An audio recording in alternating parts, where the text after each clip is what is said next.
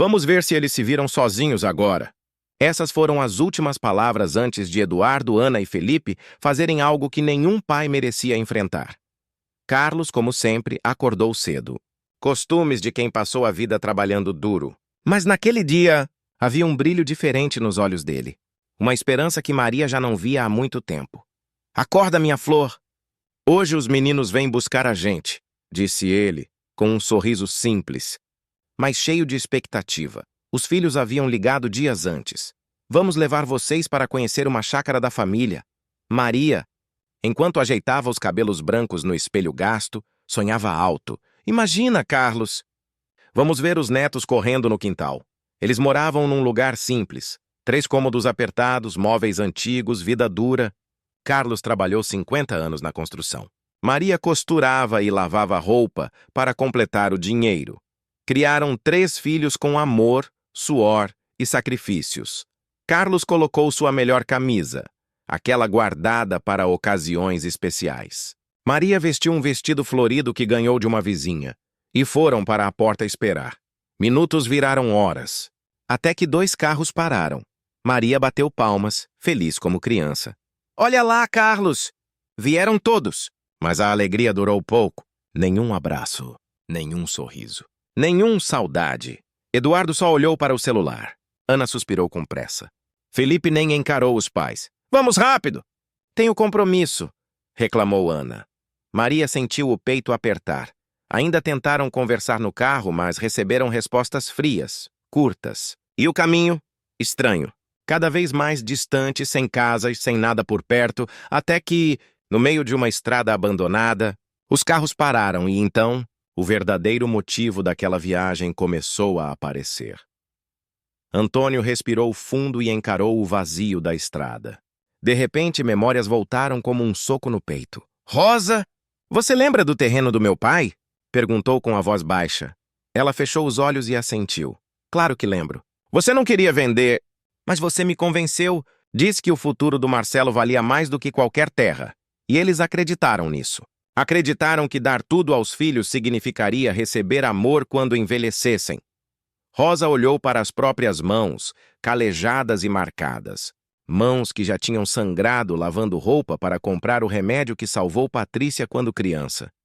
"Eu quase destruí minhas mãos por ela", sussurrou. "E hoje minha filha me olhou como se eu fosse um peso morto." Antônio a abraçou, segurando firme enquanto o sol queimava sem piedade. A água estava acabando. Um dedo no fundo da garrafa. Mesmo assim, ele dividiu. "Primeiro você." Sempre você, eles se arrastaram até a sombra mínima de um poste abandonado. Foi então que ouviram o ronco de um motor distante. Rosa se levantou num salto. "Antônio!" "Um carro! Um carro!" O veículo se aproximou. Um caminhão velho e azul parou alguns metros adiante. Dele desceu um senhor queimado de sol, boné gasto, olhar bondoso. "O que aconteceu com vocês?" perguntou. Antônio tentou falar, mas a voz falhou. "Fomos deixados aqui pelos nossos filhos." O caminhoneiro chamado Josué ficou em silêncio. Depois, indignado. "Filhos? Os próprios filhos fizeram isso?" "Disseram que a gente atrapalha." Rosa respondeu envergonhada. Josué respirou fundo, tirou o boné e declarou. "Entrem. Vocês vão comigo. Aqui ninguém fica largado como bicho." Ele os ajudou a subir, guardou as malas atrás e seguiu viagem, balançando a cabeça revoltado. "Paguei estudo, faculdade, tudo", disse Antônio, olhando pela janela. "E eles largaram vocês assim?" Josué murmurou. "Que espécie de mundo é esse?" Rosa chorava em silêncio. "A gente era feliz", ela disse. "A gente não tinha nada, mas tinha eles." Josué então respondeu algo que cortou o coração. Porém, era verdade. Melhor descobrir agora quem eles são, do que doente numa cama. Quando o sol se despedia do céu, o caminhão entrou em uma cidadezinha chamada Vale da Esperança. Josué parou diante de uma pensão simples. Uma senhora de avental florido surgiu com um sorriso caloroso. "Eu sou Lourdes. Vocês vão ficar comigo, está bem?" Ela os levou para um quarto simples, mas limpo, aconchegante e cheio de paz. Ao fecharem os olhos naquela noite, abraçados, Antônio disse: "A gente tá vivo, Rosa. Isso já é alguma coisa." "Vivo. Mas com um buraco no peito, ela respondeu antes de dormir. No dia seguinte, o cheiro de café fresco tomou o ar. Lourdes apresentou outros moradores da pensão, todos humildes, mas cheios de humanidade, e a cidade inteira ficou sabendo do casal abandonado. As pessoas os abraçavam na rua, levavam comida, ofereciam emprego, mas nem toda a bondade do mundo foi capaz de aliviar a dor de Rosa. Um dia, ela viu uma mãe caminhando com 2 filhos de mãos dadas e desabou. Meus netos! Eu nunca mais vou ver meus netos. Lourdes assegurou chorando junto. Ouça, Rosa, família não é só sangue. Família é quem fica, principalmente quando o mundo vira as costas. Rosa abraçou Lourdes com força, e naquele abraço, encontrou um pedacinho de amor que os filhos haviam arrancado dela. Rosa olhou para Lourdes, com os olhos cheios de curiosidade. Por que a senhora está ajudando tanto a gente? Lourdes respirou fundo antes de responder. Porque um dia alguém fez o mesmo por mim. Quando perdi meu marido, fiquei na rua com 3 filhos pequenos. Não tinha nada. Até que uma mulher me acolheu, me deu comida, trabalho, esperança. Prometi que quando pudesse, faria o mesmo pelos outros. E agora, estou cumprindo essa promessa. Naquela noite, Antônio organizava suas poucas roupas no guarda-roupa quando Lourdes bateu na porta. Seu Antônio, posso falar com o senhor um instante? Claro, dona Lourdes. Pode entrar. Ela entrou devagar, olhando para a pasta de couro velha em cima da cama. Eu reparei que o senhor não larga essa pasta por nada. O que tem nela?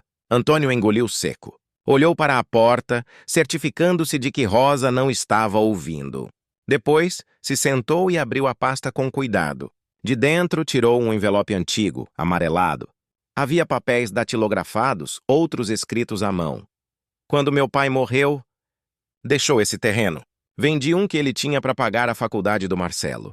Mas ninguém sabe. Meu pai tinha outro. Ganhou num acordo trabalhista. Só que nunca registrou. Tenho medo. Medo disso não valer mais nada.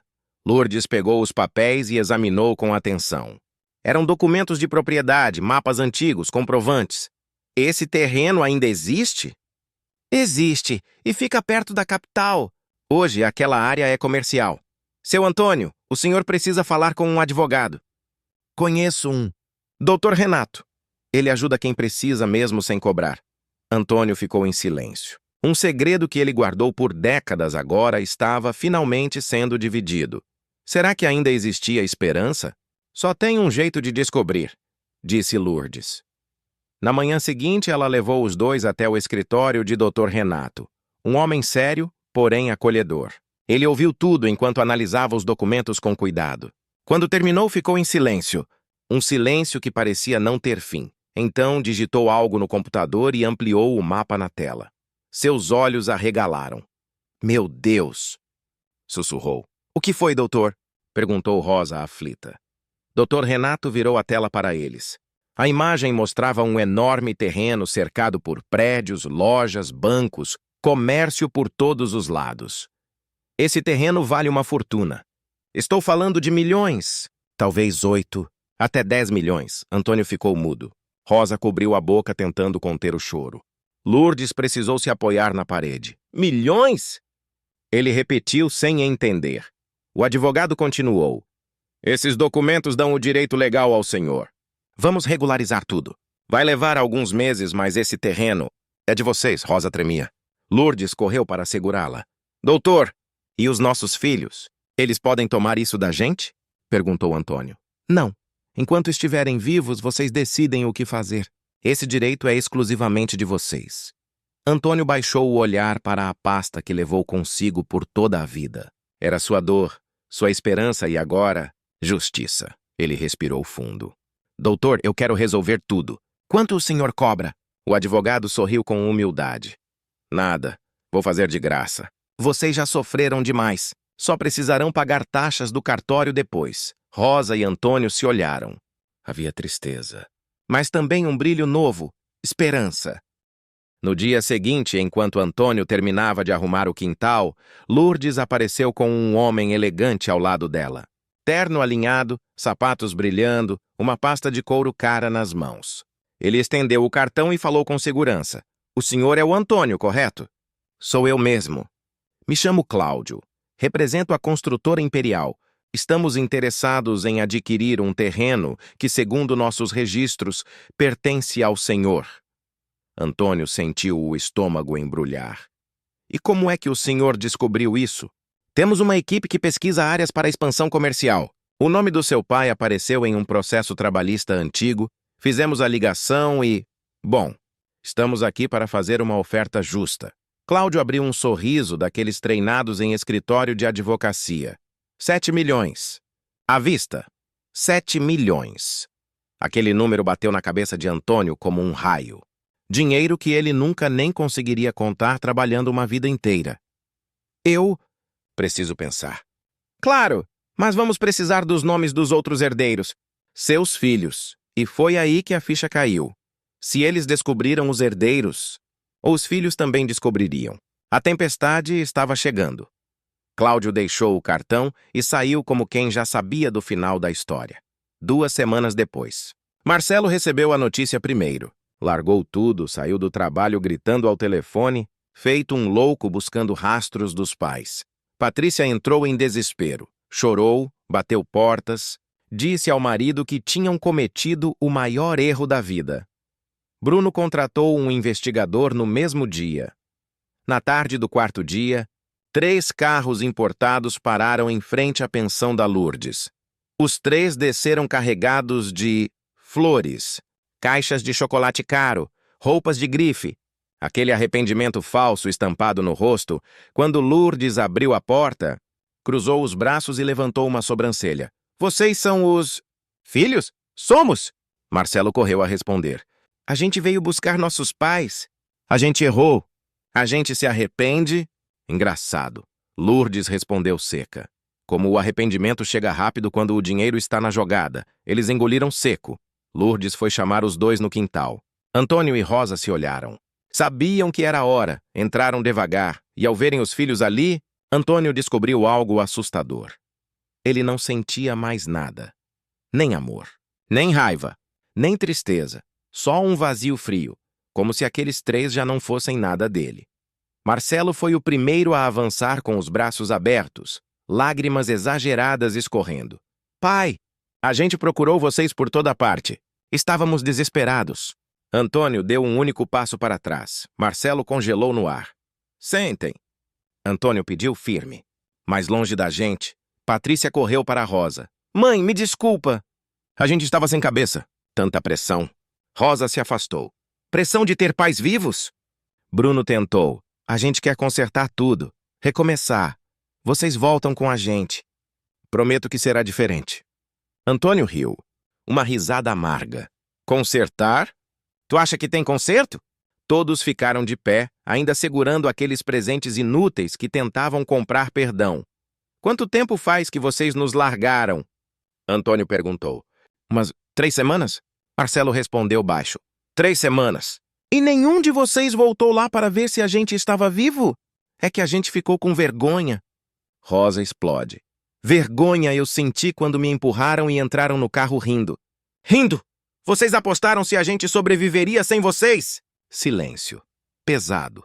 Cruel. Me digam então. O que mudou? Antônio apertou o olhar. A gente se arrependeu. Marcelo tentou pela 3ª vez. Mentira. Vocês vieram pelo terreno. As máscaras caíram. Patrícia desviou o olhar. Bruno escondeu o celular no bolso. Marcelo só engoliu seco. A construtora contou, não foi? Antônio provocou. Ninguém respondeu. Silêncio que confessa tudo.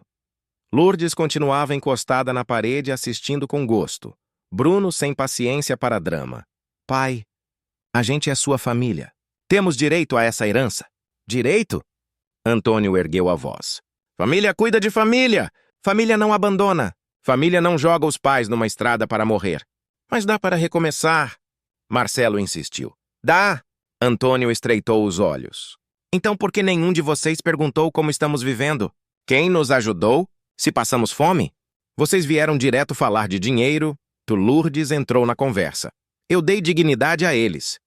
E vocês, os próprios filhos, tiraram. Patrícia estourou. A senhora não tem nada a ver com isso. Tenho sim. Lourdes rebateu. Porque eu vi o que vocês fizeram. Marcelo, nervoso, jogou os presentes no chão. Tá bom. Querem verdade? Aquele terreno vale milhões. E a gente não vai abrir mão do que é nosso. Antônio caminhou tranquilo até um móvel no canto. Pegou 3 envelopes. Eu escrevi para cada um de vocês. Eles abriram. Numa carta simples, escrita à mão, dizia: a maior herança que um pai deixa é caráter. Vocês a recusaram quando nos jogaram para morrer. Não esperem nada de mim quando eu partir. Marcelo amassou o papel com ódio. As veias saltaram no pescoço. Ele apontou o dedo no rosto do pai.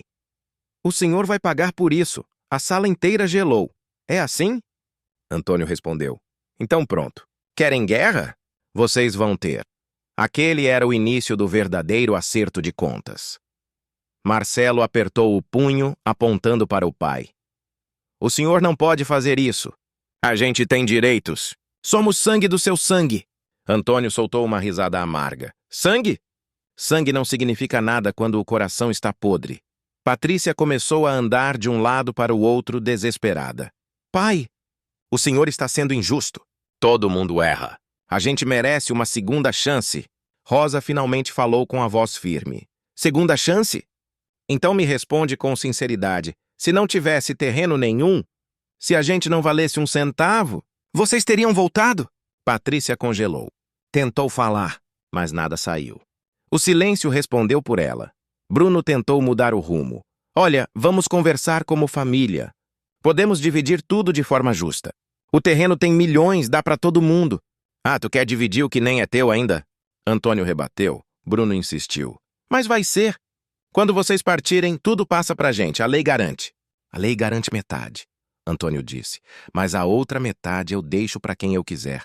E posso vender tudo ainda em vida, gastar até o último centavo. Ou queimar se eu quiser. Bruno empalideceu. Patrícia caiu de joelhos, agora chorando de verdade. Pai, por favor, a gente errou! Mas não tira tudo da gente? A gente é seus filhos. Rosa se aproximou encarando a filha. Filha não abandona pai e mãe no meio do nada para morrer. Filha não diz que está cansada de ter que se preocupar com quem deu a vida por ela. Patrícia, sem forças para mentir, finalmente confessou. A gente só queria viver em paz, sem ter que carregar vocês. Aquela verdade doeu mais que qualquer abandono. Antônio se abaixou, levantou o queixo da filha com suavidade, olhando nos olhos dela. Obrigado pela sinceridade. Agora deixa eu ser sincero também. Eu não sei se algum dia vou conseguir sentir amor por vocês de novo. Vocês mataram esse amor naquela estrada. Marcelo desesperado. A culpa é nossa. Só nossa. A gente falhou. Antônio apenas concordou com um olhar vazio. Depois se levantou e decretou. Quero que vocês vão embora. Voltem para suas vidas. E deixem a gente em paz. Bruno ainda tentou. Mas o terreno é nosso. Vocês não têm direito nenhum depois do que fizeram. Marcelo deu um passo à frente, ameaçador. Lourdes se colocou na frente. Se não forem embora agora, eu chamo quem precisa chamar. Josué apareceu no portal da sala, firme. Tem algum problema aqui? Marcelo cerrou os dentes. O senhor vai se arrepender disso. A gente vai para a justiça. Vamos ganhar. Antônio respondeu com calma. Podem ir. Enquanto a justiça demora, eu vivo. E vivo bem. Os 3 saíram batendo a porta, cuspindo ameaças. Quando os carros sumiram, Antônio desabou no sofá exausto. O senhor fez a coisa certa, Josué disse. Rosa segurou a mão do marido, emocionada. Hoje eu tenho orgulho de você. Antônio então chorou. Mas dessa vez, era de alívio. Ele finalmente havia encerrado o capítulo mais cruel da vida dele. Até mesmo Edilson, aquele homem durão que nunca deixava ninguém ver uma lágrima, estava chorando escondido. Então, Paulinho respirou fundo e perguntou. E os outros 5 milhões? Vão fazer o quê com esse dinheiro todo? Rosa segurou a mão de Antônio e respondeu com firmeza. A gente vai viver, Paulinho. Vamos comprar uma casa simples aqui em Vale da Esperança. Nada de mansão, nada de luxo. Só um cantinho nosso cheio de paz e dignidade. E o resto, vamos guardando. Quem precisar, a gente ajuda. Jéssica então perguntou baixinho. E os filhos de vocês? Eles não vão receber nada? Antônio inspirou fundo antes de dizer. Pela lei. Quando a gente for embora desta vida, eles ainda têm direito à metade do que sobrar. Mas não vai sobrar tanto assim. Porque agora a gente vai viver o que nunca viveu. Vamos viajar, conhecer lugares, fazer o que sempre sonhamos e continuar ajudando quem merece. Renato abriu a pasta com todos os documentos. Está tudo pronto. É só assinarem. Antônio segurou a caneta, olhou para a Rosa, aquela mulher que esteve com ele nos melhores e piores dias. Tem certeza disso, meu amor? Antônio, pela primeira vez na minha vida, eu tenho certeza de alguma coisa e eles assinaram. Cada papel, cada folha. Era como se eles estivessem libertando o coração daquilo que um dia os destruiu. A ingratidão dos próprios filhos. Lourdes correu abraçar os dois. Logo estavam todos chorando e rindo ao mesmo tempo, a dor e o amor se misturando, finalmente em paz. 3 meses depois, Antônio e Rosa se mudaram para a nova casinha. 3 quartos, quintal com árvores e um céu lindo por cima. Nada luxuoso, mas era lar. Lourdes transformou a pensão em um lugar acolhedor para quem não tinha onde ficar. Josué virou o anjo da estrada, sempre parando para ajudar quem precisasse. O abrigo para moradores de rua ficou pronto em 1 ano, e Antônio e Rosa estavam lá toda semana. Levavam carinho para quem nunca teve nada. Dos filhos, nada. Marcelo tentou processá-los. Perdeu. Patrícia mandou carta pedindo perdão, mas pedindo dinheiro junto. Bruno sumiu no mundo, até que um dia... Rosa regava as plantas quando viu uma mulher jovem com uma criança no colo parada diante do portão. Ela reconheceu na hora. Viviane, a esposa de Marcelo. E aquele bebê era o neto que ela nunca havia conhecido. Dona Rosa, eu sei que não mereço nada, mas eu precisava vir.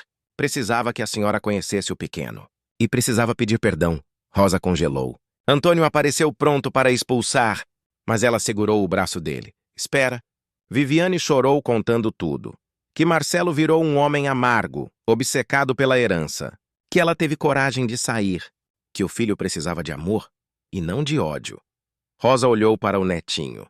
Os mesmos olhinhos que Marcelo tinha quando bebê. Entra, vamos tomar um café. E naquele dia, sem esperar nada, Deus devolveu a eles uma família, não os filhos que escolheram a ganância, mas uma nora corajosa e um neto inocente que só precisava de amor. À noite, no quintal, como sempre faziam. Sabe o que eu aprendi, Rosa? Disse Antônio. Que família não é quem te dá a vida. Família é quem faz ela valer a pena. Rosa encostou a cabeça no ombro dele. A gente passou tanto tempo entregando amor a quem só pensava em dinheiro que quase esquecemos de amar quem realmente importa. Eles olharam para o céu, mãos dadas, velhos, cansados, mas finalmente em paz, porque a maior riqueza que deixaram neste mundo não estava em bancos ou cofres. Estava no coração de quem escolheu ficar ao lado deles. Essa foi a verdadeira herança de Antônio e Rosa. Amor, respeito, humanidade, algo que nem o tempo, nem a ingratidão pode apagar. E você? O que acha que é a verdadeira riqueza da vida? Comenta aqui embaixo. De onde você está assistindo essa história? Querem parte 2 do Neto crescendo com os avós? Se gostou, deixa o like e compartilha com alguém especial.